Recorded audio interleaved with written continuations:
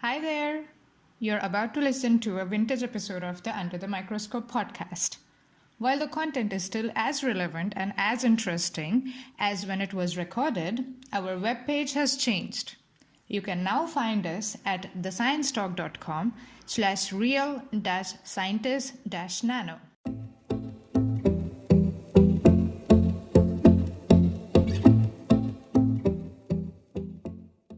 Welcome to Under the Microscope. This series is brought to you by the Real Scientists Nano team. Our goal is to provide a platform where scientists can communicate their work and interact with the public. With that in mind, every week we introduce you to a scientist working in the field of materials and nanoscience, who would be curating the RealSci_Nano Twitter account.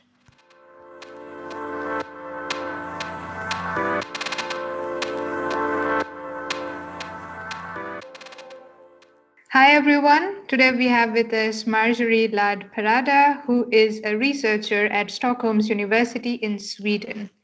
Hi Marjorie, how are you? Hi, thank you. I'm doing well, happy with spring. What about you? Well, we were happy with spring in Germany until last week, and now we are back to winter. But hopefully, when you're taking over the account, we will have spring again. But yeah, looking forward to learning more about your research and about you and your scientific journey and everything. So let's start with your scientific career so far. So please tell us about your career. So I think I have a slightly unorthodox background in terms of my scientific career. I'm not one that started her undergrad and then pursued a master's and then a PhD and then just followed the academic route from the beginning. I started by doing a bachelor's degree in food technology back in Mexico. Food. So I really thought that my life was going to be, like working in industry, developing products. And I'm still like a big foodie. Don't get me started on food because I will never stop talking about it. I just find it absolutely fascinating. And I did work in industry in an applications and R&D department for several years. But then I realized that as much as I liked it, I needed more of a challenge. I wanted to have more, how to say it? Basically, yes, like not just challenges in applications, but trying to understand why things happen. Because this is one of the things that I noticed that I was lacking, understanding of how and when things happened. And that was also limiting even part of my work. So I decided, okay, no. Industry is great, but I want something more. I want to understand more fundamentals, more theories. So I decided then to do a master's, still thinking maybe I'll end up in industry still. I mean, this will just be like another step towards maybe a different direction.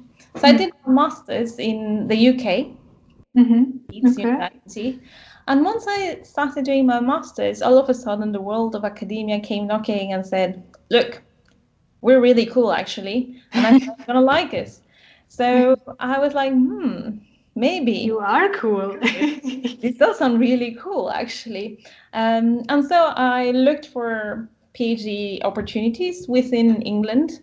I was actually accepted into different things. So one that was a doctoral training program.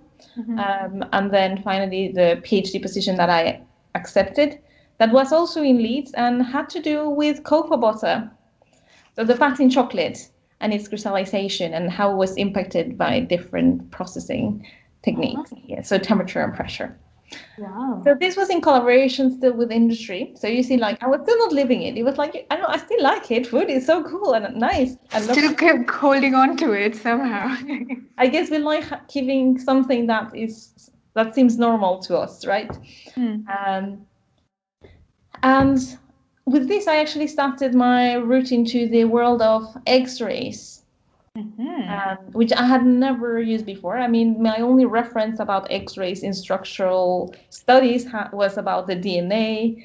And DNA, exactly, because with Rosalind Franklin taking the actual slide of DNA of the X-ray scattering, and then in combination with the work of Watson and Crick, this is how they actually found the structure of DNA, Mm.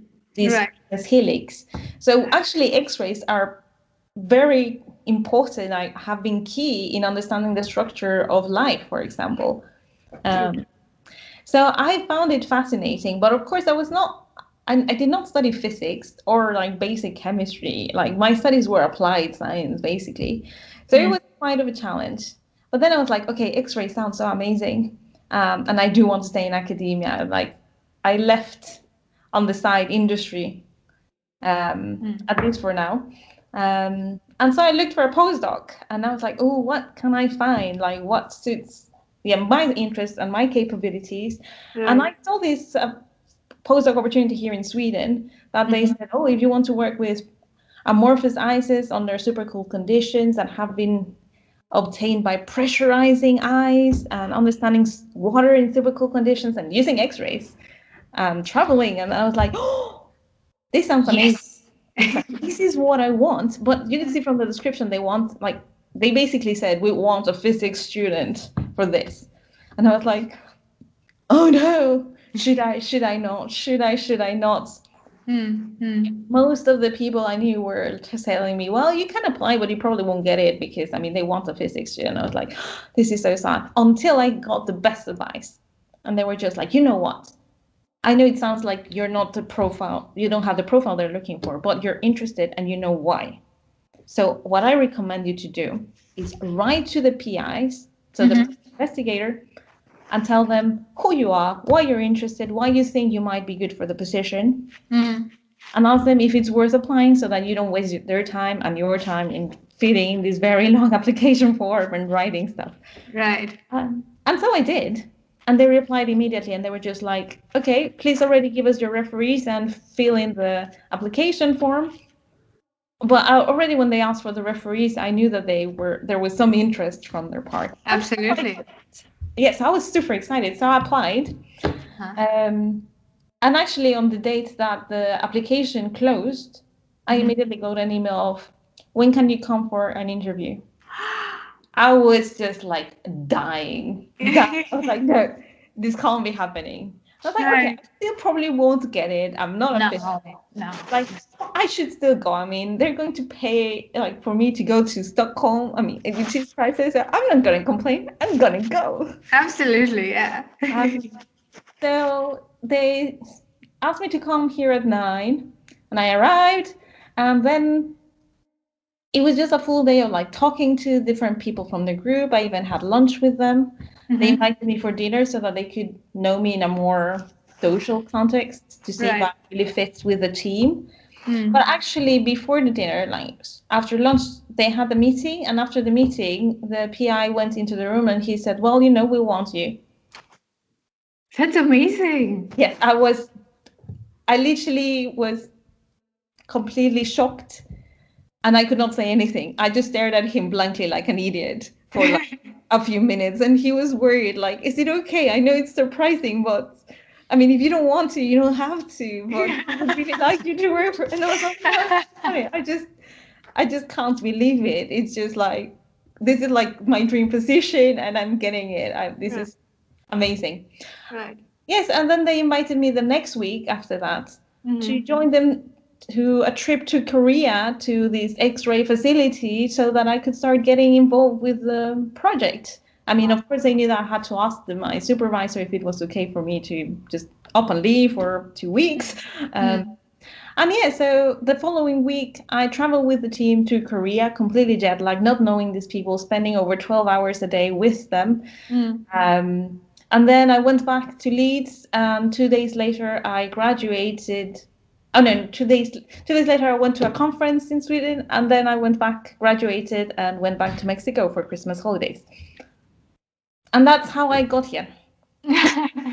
That's quite an exciting journey you've had. Very, very unique from food technology to how you ended up in your current position. That is so cool. So, how long have you been doing this water research in Sweden at the moment, like as of two now? years now. 2 years now. Wow. So, it's still quite fresh. Uh, Exactly. That's awesome. That's really cool. So your current research, you did speak about it quite a bit in the short podcast, but what I want to understand from you is that first of all, it's so cool.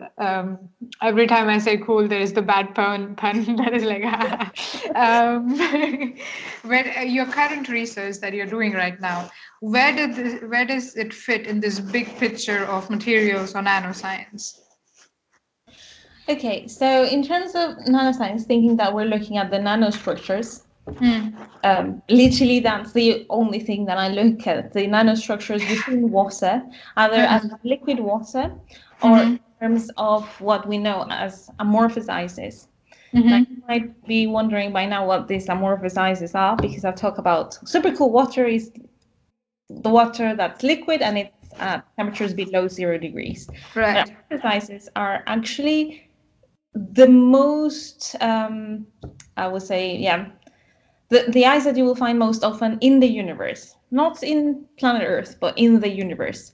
And Mm. does it look differently from the normal ice that you just add to your lemonade when you have lovely summer's days? Yes, dreaming of summer here. Well, Yes. thing for ice that you add to your water, it's crystalline. So basically, it has a very periodic structure. So you repeat the structure over and over, like layers and layers and layers of a parfait, if you think of it. Um, Mm-hmm. layers of onions. It's all this the same structure over and over again over long distances. Mm. Whereas amorphous is more like your windows glasses. So Mm-hmm. basically, something that is solid, but it does not have this repeatable structure over long range order. So it, again, this has to do with the nanoscience. Right. Okay. So these amorphous ices, you find them at ultra low temperatures. So again, way, way, way far away from the 0 degrees. I mean, even to liquid nitrogen temperatures, so 77 Kelvin. And also you produce them by applying pressure. So we actually have these very tiny samples that are like maybe 1 millimeter wide, thin Mm-hmm. layers. And then we have a machine that's taller than me to press them with gigapascals is like the most ridiculous thing. But that way you can apply enough pressure in a very small area. And Right. basically what it does is just destroys the structure, the periodic structure of your ice. So did I understand this correctly? So there is the layer structured, and then you crush it, so to say, crush the ice. Haha. Yes. You crush it, and then it becomes amorphous ice. Is Yes. that I mean, some people might have actually questioned whether it's just really amorphous or if it's just crystallized that are just too small for us to see. Hmm. However, besides, I mean, this is only the first phase. Afterwards, you decrease slightly the pressure and also you increase slightly the temperature. So instead of 77 Kelvin, so right? you go to 160 or 140 Kelvin, which are still way, way below 0 degrees. And with this, the molecules relax. I mean, first you stress them, the poor things, by pressuring them, Hmm. and then you let them relax a bit. I mean, they're still under pressure, but not so much, so they can take it easy and they can find new rearrangements. And Uh, then you watch them while they are relaxing. Actually, at the moment, we have not been able to follow this with the x-rays because it's really hard to have the combination of high pressure, like very well-defined pressure, and the low temperature and the controlled low temperature. So what we can do is that in these different stages of like pressures and temperatures, we extract them. So once we reach, okay, like we pressed it and increase the temperature, then you cool it back down quickly to the 77, to the liquid nitrogen temperature, Hmm. and that literally freezes the molecules wherever they are. So you can then keep your samples on the liquid nitrogen. You can ship them to Korea, to Germany, to the States, wherever you want, as long Right. as you stay with liquid nitrogen. And Right. then you can fire the X-rays, and then you can control the temperature by increasing it slowly. Aha. Okay. So this is how we measure them. So basically, we have to prepare the sample, freeze it even more, so that the molecules don't move, and then we can study them. Okay. This is so fascinating for me. It's a complete new world of nanoscience has opened for me. This is so cool. And It does sound like you do have a lot of interesting research projects that you are involved with, and you were all involved with so far as well. And now this is a tough question, okay? I realize that while I'm asking this question to you. But if you have to pick one research project that you're most proud of, or the most quirky or fun one, I know it's tough, but could you pick one and explain it to us in simple words in the section we call In Other Words? Okay, so I know that I have been speaking about this ice, but one thing that I was very proud of was actually during my PhD with cocoa butter. Yes. Tell us more. Cacao butter. Please tell us. Yes. Food and please go on. I mean, cocoa butter, yes, it has been studied by X-rays for a very long time, more than you would think, actually. Why? But there are new techniques. I mean, but then you just know, okay, the structure looks like A, like B, like C, and that's all that you really know. But see, I was actually interested in also what happened when you heated it. So you melted it and then you cooled it down to crystallize, because sometimes it crystallizes in a different way depending on the temperature at which you're melting it, for example. And it's really hard to pinpoint when it starts crystallizing, because of course you have very, very tiny structures in a big bunch of melted cocoa butter. So it's hard to see. So I tried to use this technique that's called nuclear magnetic resonance. So here you focus on the hydrogens. And what you can measure with this particular technique is sometimes how the molecules diffuse, how they're moving in this melted condition. And in particular, there is a newer technique within NMR, for short, that's called fast field cycling. And this is because you study how molecules move under different frequencies. So you can What see. is it called again? Sorry. Fast field cycling. So you cycle, you change the field, the magnetic field that you're applying to your product, basically. By changing the frequency, you can see motions, like movements of the molecules that happen at these different frequencies. So that is at different time scales. Okay. So this technique had never been applied to cocoa butter, actually, like not even in fats at all. There were very few studies in liquid solutions. So it just happened that it was available in Leeds, and I had just contacted the researcher that owned it.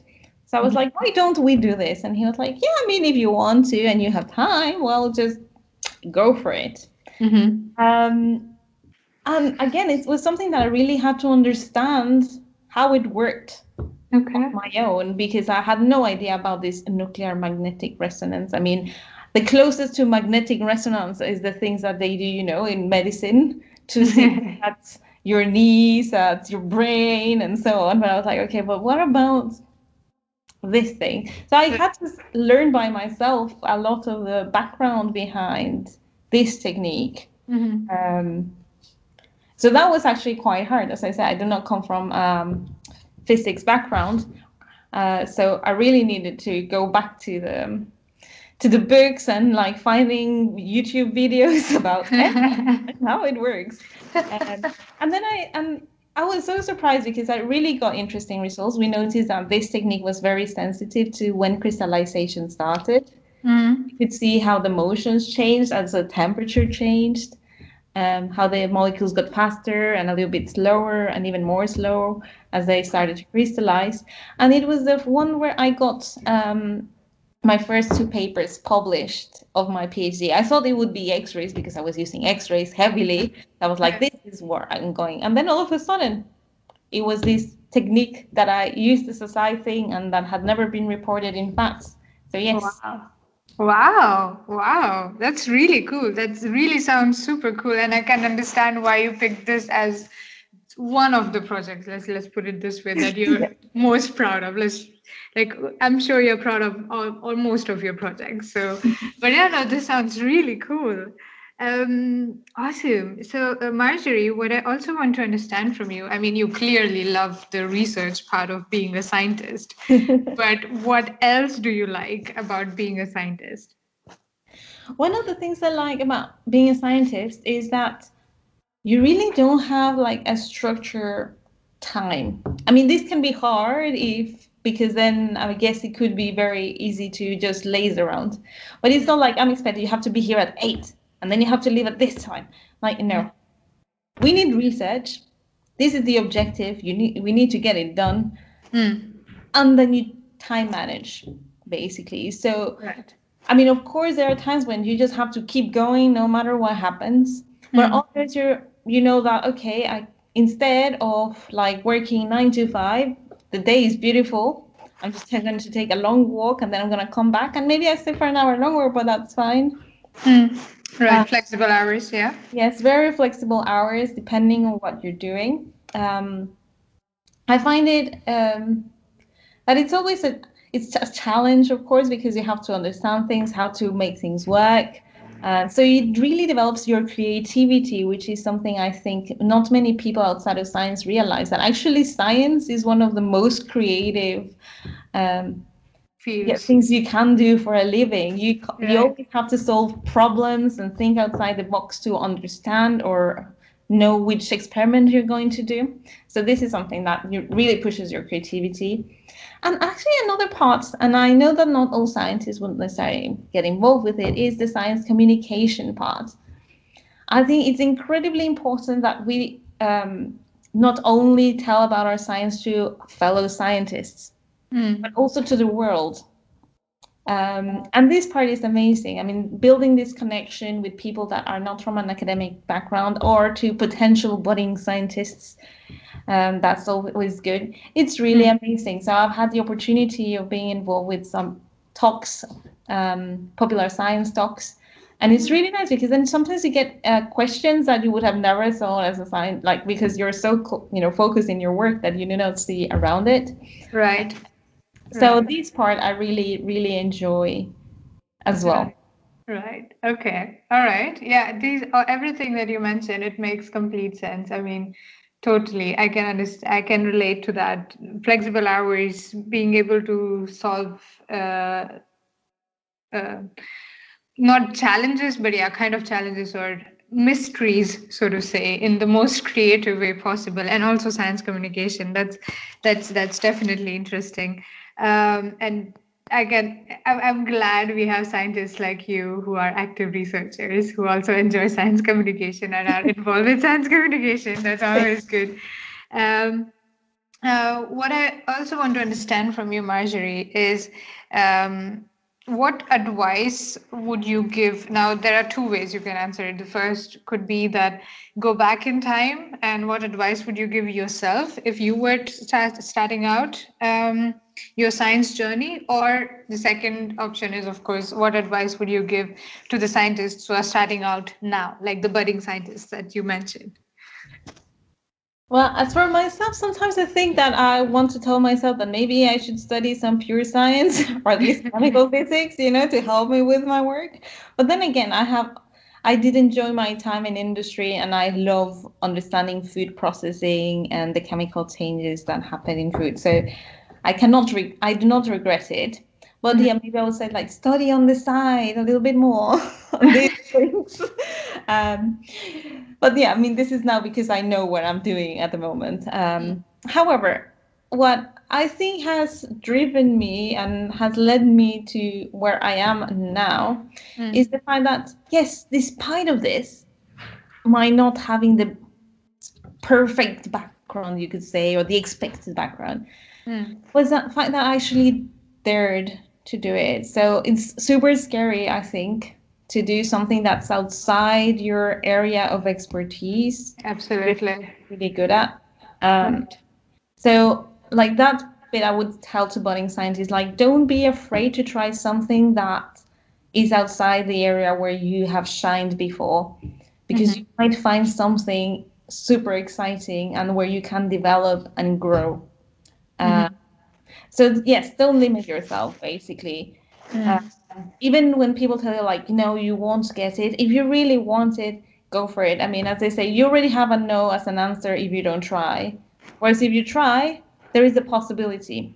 Absolutely. And also be open to possibilities because sometimes you think that what's going to be your life or like your life objective or whatever you're going, like, this is my passion, this is my dream, I will follow it, and then the dream turns out that it's completely different from what you had envisioned, because of course you cannot know how it is until you're in it. Yeah. So if that's the case, that, oh my gosh, my dream is not what I thought it would be, well, I mean, you tried it, you achieved it, that's already amazing, but now you know that that's not where you want to go, then change. Change is Absolutely. actually the best thing and the only constant thing in life. So don't be afraid to change your direction. It does not reflect bad on you as a person, but rather actually just means that you know yourself enough Yeah. for something else. Right. Yeah, that makes sense. That's some really sound advices there. Thank you very much for that. And I, I mean, you do have a lot of experience being a researcher, being an active researcher, and I hope your experience, research experience, has been wonderful so far and will continue to be wonderful in the future as well. However, if you had three wishes to improve your research experience, what would you ask for? And I'm not promising anything here. I guess one of the things that is key, and somehow feel that it comes too late in our formation as scientists, is the writing part. Oh, yeah. I mean, the two key things of a scientist that I don't think many people see is that you need to be incredibly creative. Yeah. The other one is that you have to be a proficient writer. Why? Because all you do, I mean, It's right. besides research, all you do is actually write. You have to write papers, you have to write proposals, you have to write letters of support. You're always writing because this is the way that you can express your science, you can communicate it the easiest way, and also Mm, it's a way that you can tell people why it's important. mm, So this is the main thing that I think would be great to have more support and more ideas, like, okay, what is expected, what makes a good paper, what makes a good proposal. mm. So I think this is the part where I would need more. Yeah, I would. So yeah, I would appreciate some support, like further support. So that's the thing. The another thing that I could ask for better support, I guess, especially with this internationalization, I mean, we're all working usually in an international group, and then you move to a different country. I mean, some people move like a lot, others less, depending on your situation and preferences. Um, but this actually makes it harder sometimes to be aware of what are, like, for example, the people that can give you, that can finance your science. You don't Mm. necessarily know all of the research councils in every country and all the minor grants that you can ask for. So I think if universities really supported their researchers, their incoming researchers, by telling them, oh, these are all the things that you can apply for, or like this is where you can look for them. This is what you need. This is how we support or not support you. This is, and so on. So I think that's a big thing. Mm. Right. That's the second thing. Third thing now. Third wish. The third thing, I'm just gonna be silly, admittedly, Go ahead. because I have a love for cats and dogs. And I miss having the possibility of having these pet therapy dogs that you could just cuddle whenever times were too stressful. And I think that would be absolutely amazing if that would be like a constant thing around universities. You have their um, pet therapy session scheduled once a week or once a month. You come here, same time, same place. That would be amazing. That sounds, especially the third wish. I hope it comes true. I hope it comes true tomorrow, Marjorie. I really hope so. Not just for you, but for everyone. Whoever needs it, wants it, doesn't know it, they need it. Everyone needs it. Any kind of pet therapy. Absolutely. Cats, dogs, snakes, spiders, whatever you want.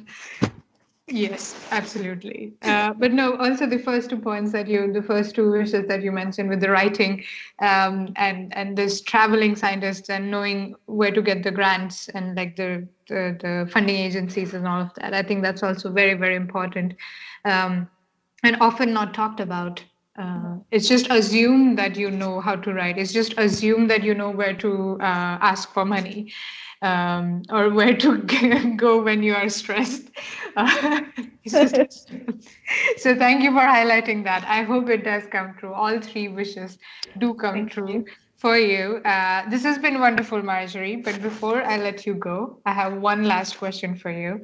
We are in 2020 now, and we all lived through the very, very difficult year that was 2020. There were pros and cons to the year. Would you like to share some of your learnings from the year 2020? I guess it would be do not take anything for granted, or anyone for that matter. I think it highlighted how important it is to really give priority to the things that matter to you the most. Mm-hmm. Be that job, be that your family, be that your cat. Doesn't really matter what it is. Mm. Because as much as it said, I mean, all we have is now. So if you don't do it now, if you don't prioritize it now, you don't know if you'll be able to in the future. So I think True, that would be it. true, Main thing. true. That is true. Not taking things for granted and living in the now. Yeah. That's a really sound learning. Thank you very much, Marjorie, for sharing that. And as I mentioned, your research is super cool. Last time I'm making that one. Super cool. And this has been wonderful and really, really looking forward to having you on Real Scientist Nano. Thank you very much. Thank you so much for inviting me.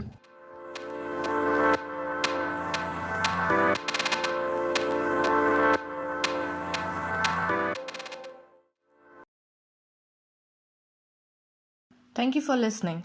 To know more about us, please visit our website realscientistsnano.org and follow us on Twitter at realsci_nano.